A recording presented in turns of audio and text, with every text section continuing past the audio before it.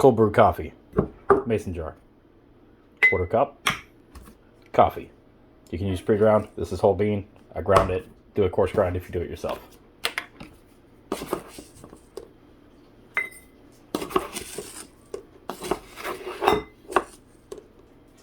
Three-quarters of a cup of coffee. Doesn't have to be precise. In the jar.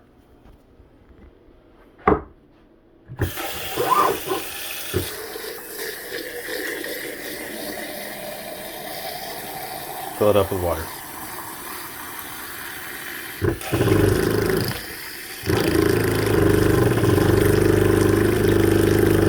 This sounds on purpose because I'm trying to ease it up to fill it up as much as possible.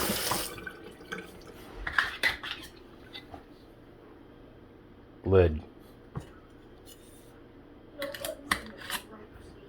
Tighten it down. Done. Shake.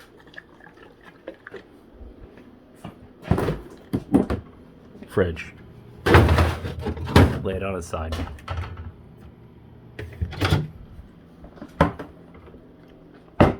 "12 to 24 hours later, this is what you get. For this, you need a bowl, preferably with this guy, so that way it doesn't run back down the bowl. You need mesh sieve. This is all wet because I literally just got done doing this with coffee. And you will need another mason jar.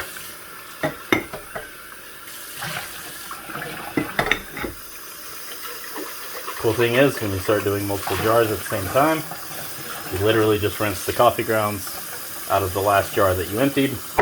You have a jar ready to rock and roll. It's even coffee scented. Cool pro tip that I learned: you wet your cheesecloth first. It flows better, much better. So wet it with water, wring it out, and voila, it's ready to go. So, put your cheesecloth over your jar.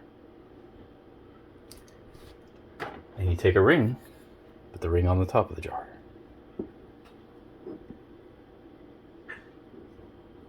It's easier with two hands.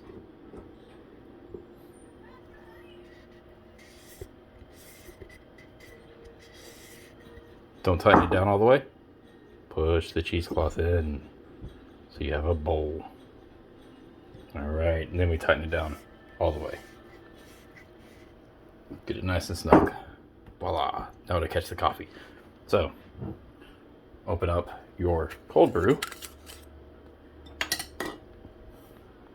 like so. Oh, it's gonna be delicious. This is Italian dark roast. And you pour through the sieve. Now you want to get the grounds out of the jar because they still have a fair bit of liquid in them, and you want that liquid. So then you take this, give it a good shake, just to get that last little squeeze of coffee. Delicious, delicious coffee.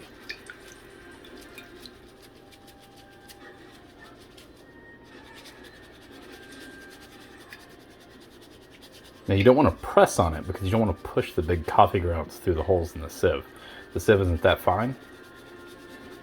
Of course, you know, it wouldn't push all of them through, but we want to keep as much junk out of there as is possible.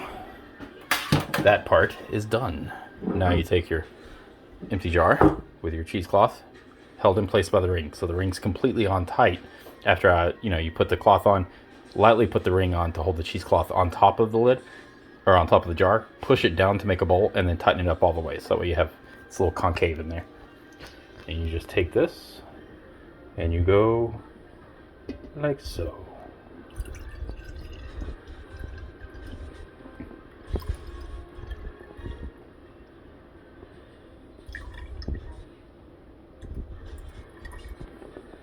So once the cheesecloth starts getting filled up, you'll notice it streams much slower. It drains quite a bit slower. So you can like bounce it, or you stick a spoon or something in there, like the back end of a spoon, kind of like do that. But the problem with using a spoon or stirring in there is that you'll get these fine grounds. They'll make it through the cheesecloth.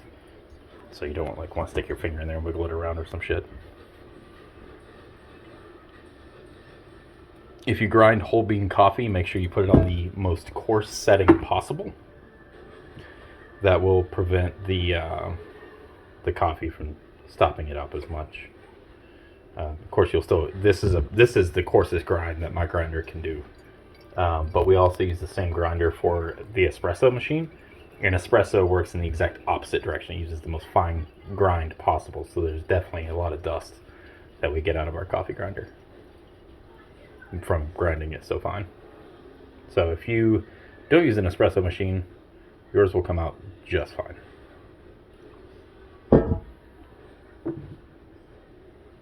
Of course, you don't have to throw away the cheesecloth. You can wash it and dry it. Not like wash it in with your laundry or whatever. Just rinse it off in the water, let it air dry. I wouldn't use it too many times because cheesecloth does unravel. But you could definitely get 2 or 3 uses out of each square of cheesecloth and really make that cheesecloth last a very, very long time. Oops, spilled a little bit.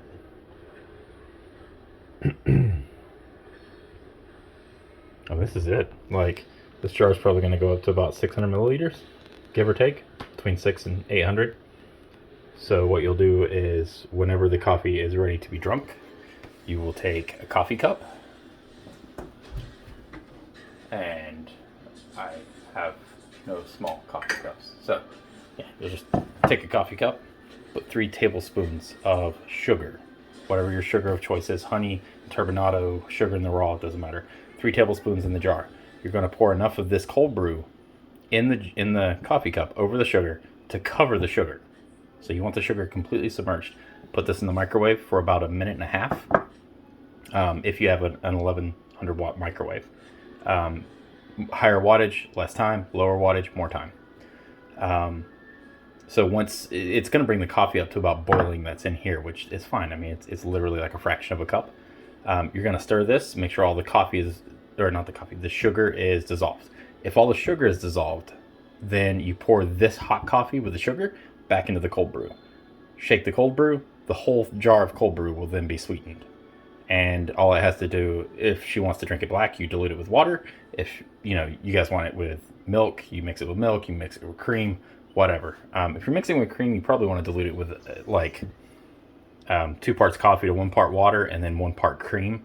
If you're diluting it with milk, just do it 50-50 with milk. It's delicious. I pour half of a jar into another jar and then fill them both back up with milk, and it's amazing. Chocolate milk, especially. Cold brew mocha. So when you are brewing these, you can experiment with putting different things in the jar. Like cinnamon sticks work phenomenally well. Put them in the jar, let it sit overnight with the coffee, and you have a cinnamon coffee. And yeah, your end result is this: a jar of coffee ready to drink.